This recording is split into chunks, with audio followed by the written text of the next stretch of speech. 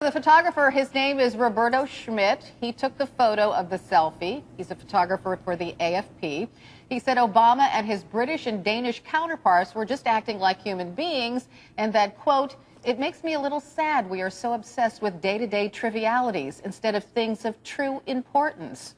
In other words, he said he can't believe that everybody's making such a big deal of this selfie. Is he right, John? Yes. How dare our politicians act like human beings? The photographer really did sort of lay it on the line that this, A, is a distraction, and B, the moment he caught Michelle didn't seem to actually indicate deep disapproval. Look, funeral selfies, generally bad form. But what I think that memorial service really was a 4-hour celebration.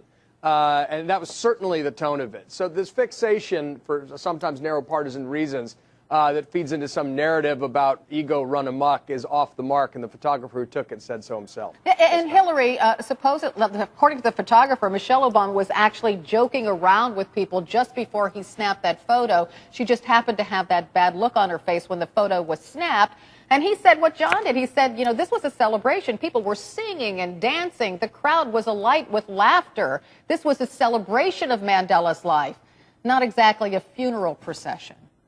And, people have been putting their own views into Michelle Obama's mind for over 5 years.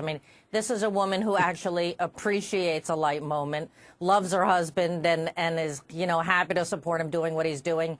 The fact that she might have not been paying attention or might have been listening to a speaker do something is probably what was going on in that picture. But disapproval from the First Lady, I think, is well of an overreach. And I think that John is right.